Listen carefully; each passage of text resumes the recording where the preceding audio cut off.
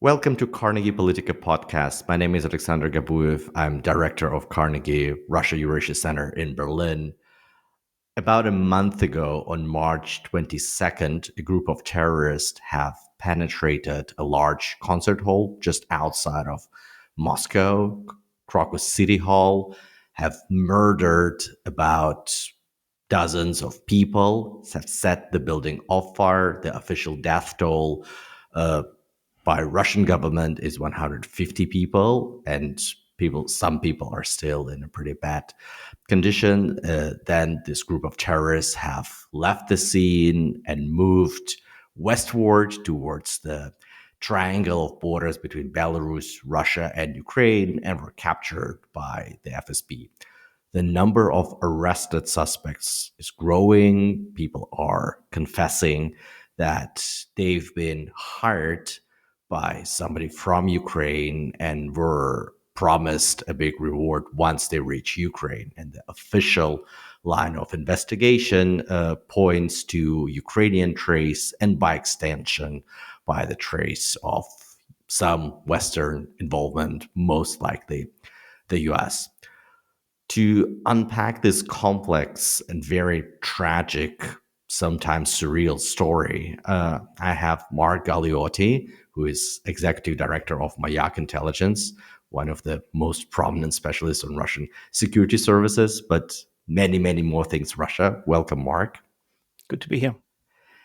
And Vera Mironova, who is an associate fellow at Davis Center at Harvard University, one of the most prominent scholar of radical Islam fighters, and somebody who has followed this tragedy very closely as well. Welcome, Vera.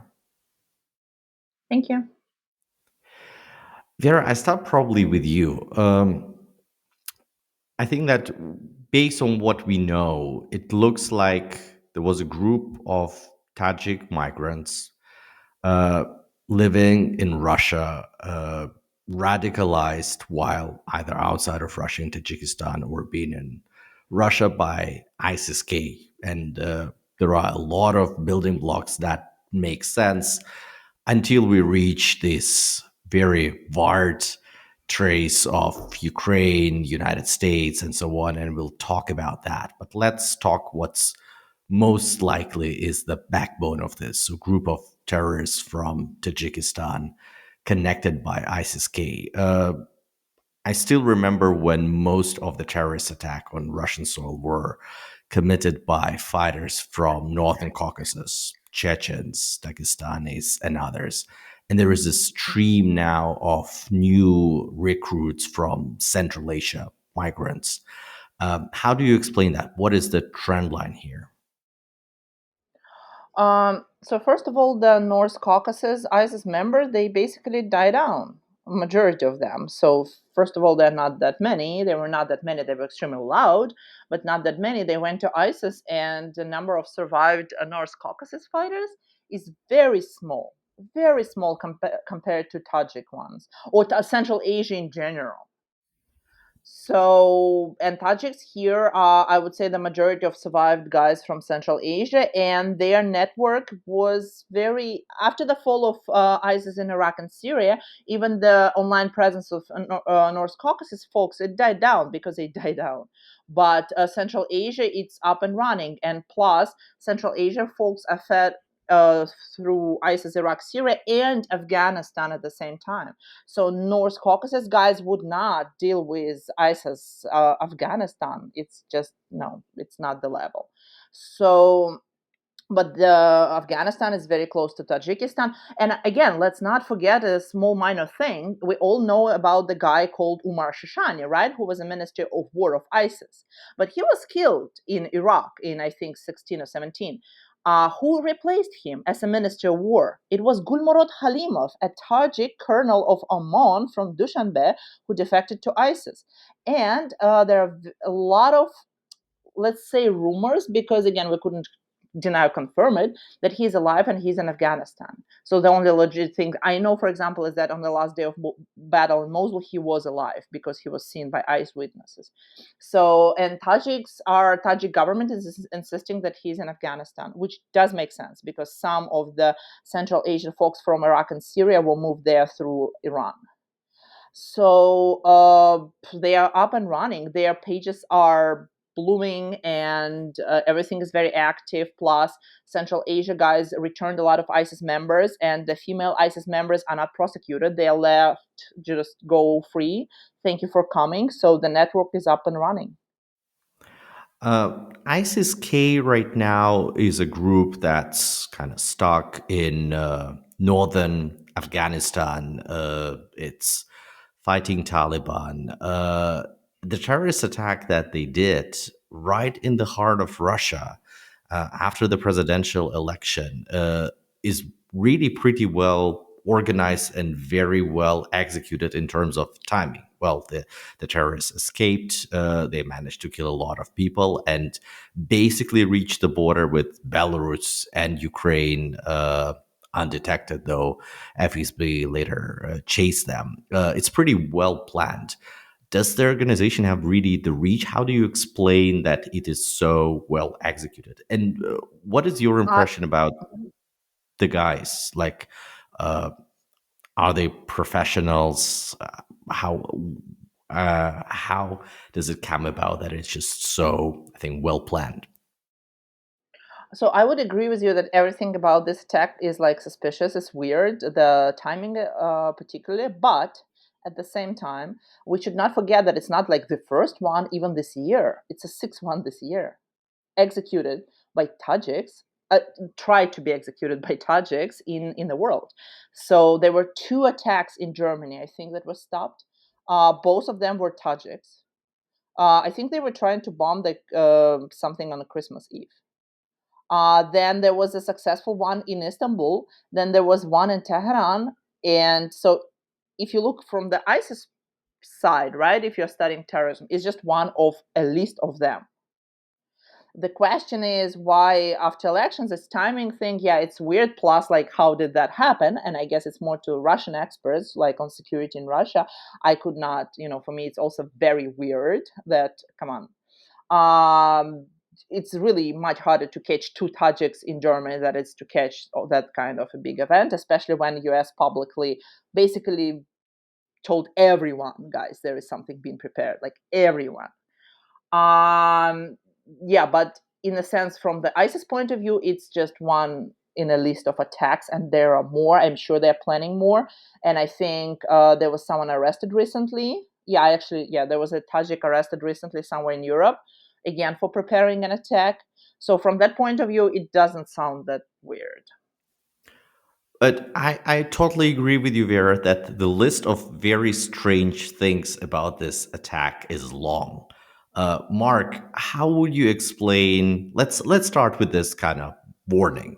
The U.S. government came out publicly saying that we know that there is something being prepared in Russia, most likely in Moscow. We warn our citizens not to go to public places and so on. And a day before that, they have told the FSB and the Russian security apparatus. And now, with the details emerging in the media, we know that they said, like, oh, it's ISIS K. And Crocus City Hall was also featured among the potential locations for this terrorist attack.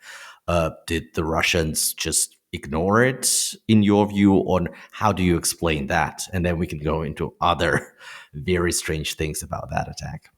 Sure. I think it's a combination of bad luck and bad politics. I mean, look, before anything else, we have to acknowledge that we need to have some caution about the various tales. Yes, the Russians are saying, oh, it was very, very general warnings, didn't give us anything to go on. Whereas the Americans clearly are going to talk up just how specific it was. So let's just be careful because the interesting thing is actually the very clear warning came out earlier in the month and only told American citizens in Moscow just to be careful for a period of 48 hours. And that seems to have coincided with an abortive terrorist attack on a synagogue in, I think it was Kaluga. So, I think it's possible for the Russians to have thought, well, maybe the Americans were onto something, but it was clearly that. More to the point, look, I think one has to acknowledge that there's probably going to be a different response at two different levels from the professionals. And there is some evidence that not at Crocus, but particularly within the Moscow ring road, in other words, within the only part of Russia that they really care about, there had been heightened security measures. But on the other hand, politically, I think one of the reasons why Putin came out sort of so foolishly just before the attack and actually criticized the American warning is precisely this is a man who himself would, I'm sure, have no qualms about using a fake warning of a terrorist attack to try and have some kind of political impact. This came, after all, just before the elections. Turnout was one of the big Russian concerns. And one could imagine, if you happen to be of a certain paranoid mentality, thinking that this is intended to scare people away from a location where there's going to be large numbers of people, such as a polling station. It's clearly an attempt by the Americans to undermine the elections and make Russians feel insecure, which always plays against Putin. So I think it's a combination of things. I think it's the fact that Putin himself was unable to believe that there could be an altruistic move from the Americans. The steer came therefore down from above not to take this too seriously. The synagogue attack allowed them to think, well, probably that's what the Americans are about. And so, although some security measures were taken, it clearly was nothing like the level it needed to be. Was the constant focus of the FSB in the last 2 years obviously on war in Ukraine? So they are busy trying to catch Ukrainian spies, people who collaborate with Ukrainians, managing the opposition, managing part of the opposition that are just anti-war or Alexei Navalny supporters, and part of the opposition that are providing targeting data for Ukraine or doing some acts of sabotage inside Russia.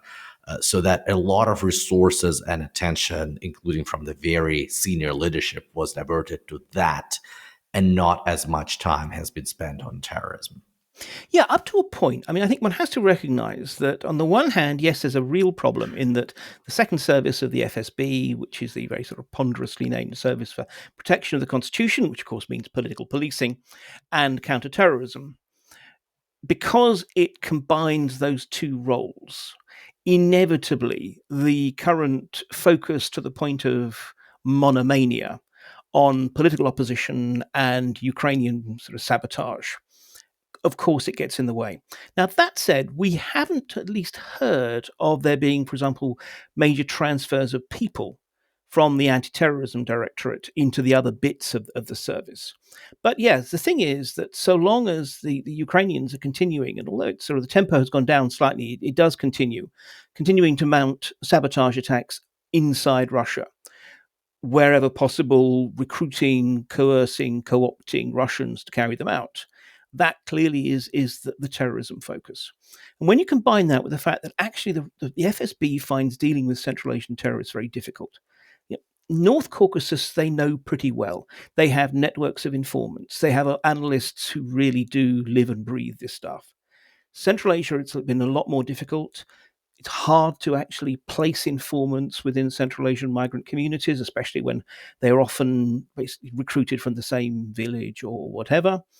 And they end up having to rely on Central Asian intelligence services, which are a very, very dubious source of information between unprofessionalism and just downright incompetence. So I think for all of these reasons, it's a very hard target for the Russians. It takes resources, and you're absolutely right. Attempts to get extra resources at the moment are all being channeled towards the political opposition and the sort of supposed Ukrainian threat. Probably quite difficult, at least before the Crocus attack, for someone to say, actually, we need some more resources because we need to deal with these pesky Central Asians. Vera, how much does kind of the style of the attack match ISIS K pattern? What was surprising to me is that you would assume that people will not try to run away, but kind of commit suicide and so on. Is that just a misperception? No, I absolutely agree with you that it's also very weird that such attacks, someone actually survived. So basically everything till the attack and attack itself, it's kind of, I don't have any questions to that. But everything that happened after the attack, that's when the weird stuff comes up. So the attack usually, it's exactly how it's done. The guys were professional. The way they're holding a weapon, there is no question about it. The way they did it, also is a very ICC kind of approach. But then after the attack, that's when weird stuff happens. Why they survived, trying to run by the same car, like what on earth? Not even talking about the Ukraine connection that Russia is like looking for everywhere under each and every stone.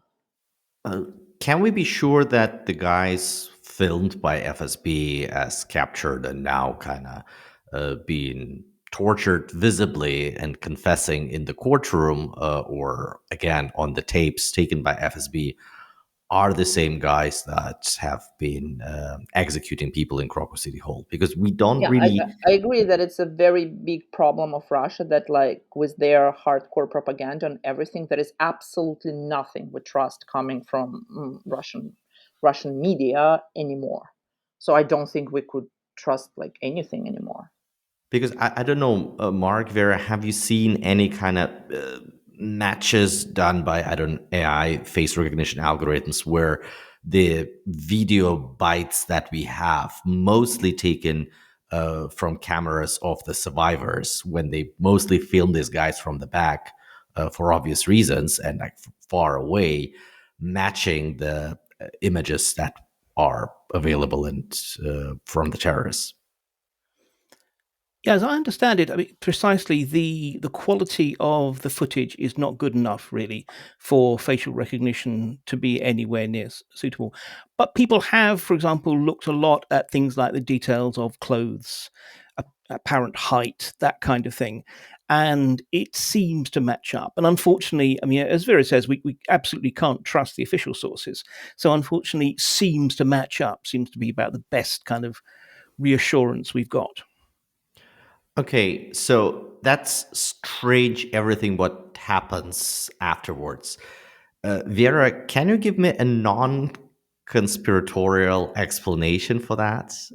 Like, these are the same people. These are people who killed a lot of Russians and others in the Crocus City Hall. They hoop on a car, they run away in direction Belarus Ukraine border. Why? I mean, they need to run somewhere, right? And no, I mean, I could not imagine myself being in their shoes and what I would do, but probably not that. I mean, I would, if they're Tajik, they could go and hide in a safe house for quite some time and then peacefully leave, not driving for 6 hours in the same car to any border. It's super weird. Like, I would just find a safe house and stay there. Okay, it's really strange. Like, it's hard for me to imagine that people would kind of cross the border with Belarus, like, which is possible still. But then, what do they do in Belarus? It's Going to also a Europe, I police guess, state. but it's just weird. Yeah, like I don't know how this border crossing to Poland really work, given how fortified they are since the artificial migration crisis instigated by Lukashenko following 2020. So it's unclear. Okay, now there is this bizarre way of explaining this, that Ukraine got somehow involved, and like the Ukrainian services have demined their section of the border and have prepared a corridor uh, for the terrorists to kind of cross into Ukraine, which leaves unanswered, like, okay, what happens to the Russian section of the border, which is also heavily policed by the border guards and the military police and everybody else. So that's unclear. Mark, do you think that the Russian senior leadership, like Patrushev, Mr. Putin, believe in something like that? Or like it's clear for everybody that it's cooked up? Look, I mean, this is always the biggest question. It's just what on earth does Putin know and believe? All we can really say is that there's a pretty good amount of evidence to suggest that certainly Putin has been exposed to the view that it's not actually anything to do with the Ukrainians. That there are senior officials who, in meetings with him, have expressed that view. Now, Whether he just simply shrugs that off as proof of their essential naivete, I don't know. Um, Given that Nikolai Patrushev, Secretary of the Security Council, also believes that Russian psychics once read Madeleine Albright's dreams, I'm not really willing to put any kind of belief past him. So look, I'm sure there are people within the system who believe it. But on the other hand, what is really quite interesting is if one looks at some of the Telegram channels and some of the other outlets that tend to be more used as the voices of the security apparatus, there does seem to be a slight discomfort, a slight embarrassment, quite frankly, about the whole Ukraine trace story. I mean, of course, everyone is falling behind, behind this line because that's what you have to do in a system like this. But just the vigor with which this Ukraine story is projected tends to be inversely proportionate to the actual expertise of whoever's giving it. So, the toxic TV commentators will happily state it as fact. Others are still being a little bit more cautious. So, I mean, I think in some ways it doesn't really matter. I mean, the point is that this is a regime which will use any crisis, any situation to demonize the Ukrainians. And if they can throw in CIA and MI6, that's just a bonus. In terms of how far they believe it, well, I think particularly given the American warning, I think that again within the sort of the professional realm, it's going to be a little bit harder to actually sustain that point of view. But politically, that doesn't matter. The Kremlin line is what dominates. It's interesting that Russia Field, a study group that does polling and some focus groups, has checked, and I think that more than 50% of Russians believe what the government says. So, Vera, how do you assess that? That people believe what government says. Yes, like Uh, people believe this, like more than 50% Russian poll. And again, it's just one study that Ukrainians are somehow behind a major terrorist attack in Russia. Oh, I believe that they do believe, because I'm reading a lot of Russian propaganda Telegram channels daily, and yeah, they're very professionals, people who work on that to make people believe. Absolutely, yeah, I have relatives in Moscow who believe that. So Okay.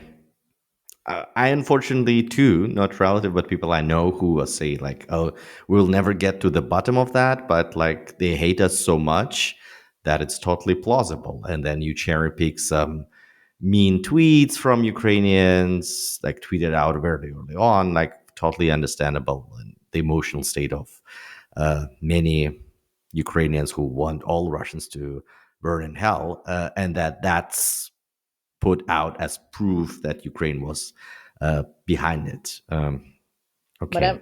I just wanted to add, I don't know if it's a comment or actually a question to Mark, that more than a comment, that talking about like what's internal FSB, which I have no idea about, but I'm worried as a person who works with counterterrorism, as my profession, right?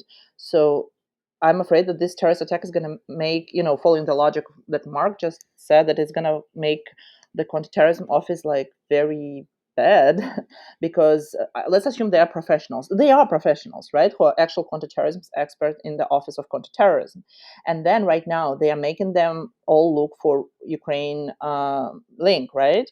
And who is not looking for it good enough, they would be fired or something, right? If they're not seriously looking into that.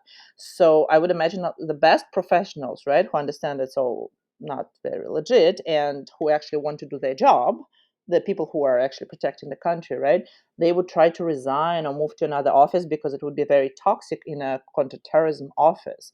So am I correct assuming that it's in the long term it could make it actually much weaker? I mean, I'm not sure, for the simple reason that they have had a lot of experience in dealing with moderately lunatic political requirements. I mean, one can go all the way back to the killing of Boris Nemtsov when one looks at what happened within the prosecutor's office. And you first of all had actually the current prosecutor general Krasnov, who was appointed, and as soon as he discovered that there was a Chechen connection, he was removed from the position, and shall we say a more political prosecutor was put in place to ensure the right answer. It didn't negatively impact Krasnov's career. And generally, I think we have seen this, that in some ways, everyone knows the game. The Kremlin is not really interested in detailed personalia within the Office of Counterterrorism. Instead, as long as no one actually gets in the way, they are going to manufacture whatever evidence they need to give whatever prosecution is necessary. They will beat, electrocute, and suffocate the necessary evidence out of whoever they have to. And people, I think, on the whole, by this stage, will do what they have to do and then get back to their, shall we say, their day job. I think there is this already, people have accustomed themselves. If this had been 2012, when there was still a very different, actually, I think I would say the Putin regime was very much in transition at that point, then we might well have seen that. I don't think there's any naive innocence currently within the FSB these days. So they'll generate what they need to, and then they'll get back to their job, and they will probably justify it on the principle of precisely that they're doing an important job. Rationalization is, after all, a very powerful engine of human behavior.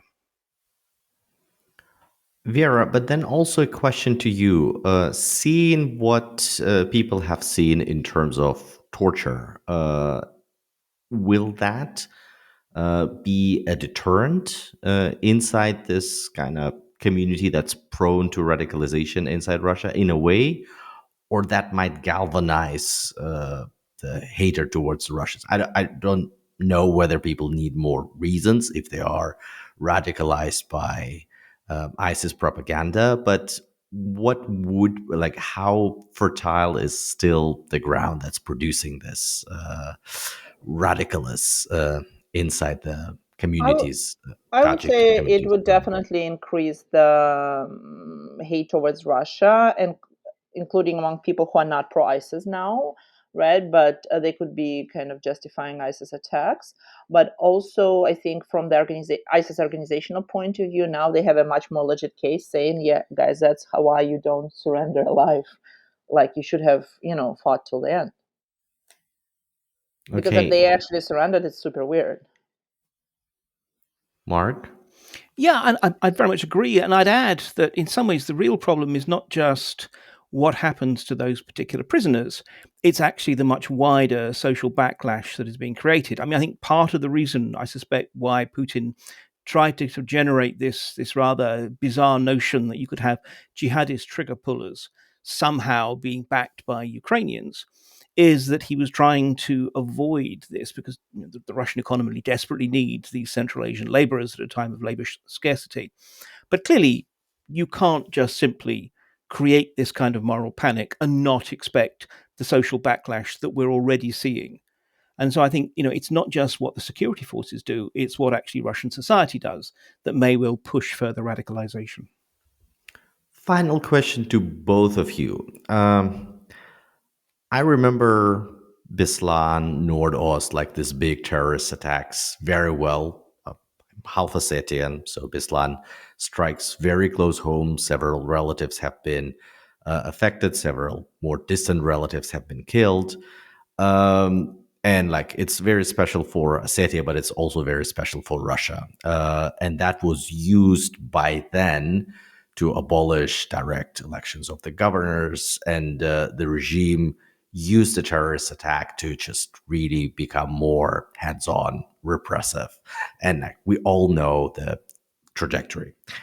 What's your expectation? Will that terrorist attack in Crocus City Hall have a lasting effect on the Russian society, and what it could be? And part of the reason why I ask is that a month have passed, and talking to friends and contacts in Russia, I feel that it was like ages ago. It's somehow a very distant memory. I just cannot reconcile the magnitude of that and how kind of people seem to have moved on.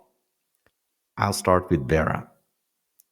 I mean, I would say definitely they could just change to everything to anti-terrorist operation and tighten the screws even more, including for support of terrorism. Not just like right now there is a law on like something like saying bad about army, but now you could be like supporting terrorists if you're saying something. So yeah, I mean, absolutely, there is still way to go for them to tighten the screws, and they would Mark? definitely do it. Yeah, I'd agree with that. I'd say that this gives the state yet another larger club with which to beat anyone who looks even sort of faintly dissenting. That before you know it, it was one thing to be a terrorist and supporting those nasty Ukrainians, but now you're supporting terrorists who kill Russians at the Crocus Mall. So, I mean, I think we can expect a lot more cases in which people who happen to share the wrong Facebook post or scroll something on a wall are now being sort of tarred with the terrorist supporting brush. So it helps an escalation there. But again, I think in this case, it's much an escalation that the state was going to have anyway. It was just waiting for a suitable excuse. But the only other point I'd make about this issue you raise about that it seems to have receded into history very quickly, which I absolutely agree with, is I think it's in part it's a response to crisis and impotence, that sense of more terrible things have happened. You don't want to live your life constantly worried that someone is going to shoot at you, blow you up, or whatever else. There's nothing really much you can do about it, so you basically ignore it as far as you can. It's a fairly common response to this kind of crisis, and in some ways, it's actually perversely the best response because the alternative is much more of a mobilization, is people get up in arms and they start to, inform even more on their neighbors and lynch a Tajik taxi driver or whatever else. But again, I think it says something about the fundamental malaise currently within Russian society. Yeah, it's unfortunately the same mechanism that prevents people from asking questions on, Mm. oh, why on earth are our oil processing plants being blown up? And why, for some time, there were no planes in Moscow on time because Ukrainians were striking the Moscow air hub all the time? Or why people are fleeing Belgorod and just not connect the dots and be up in arms against what started that? Uh, Quite. it's a grim, depressing, but very realistic assessment. Um, I thank you very much, Vera Mironova and Mark Galeotti, for bringing this dose of clear eyed depression into my life, as if I had not enough. Uh, and I wish everybody to stay safe. Thank you for being here with us. Thank you. Thank you.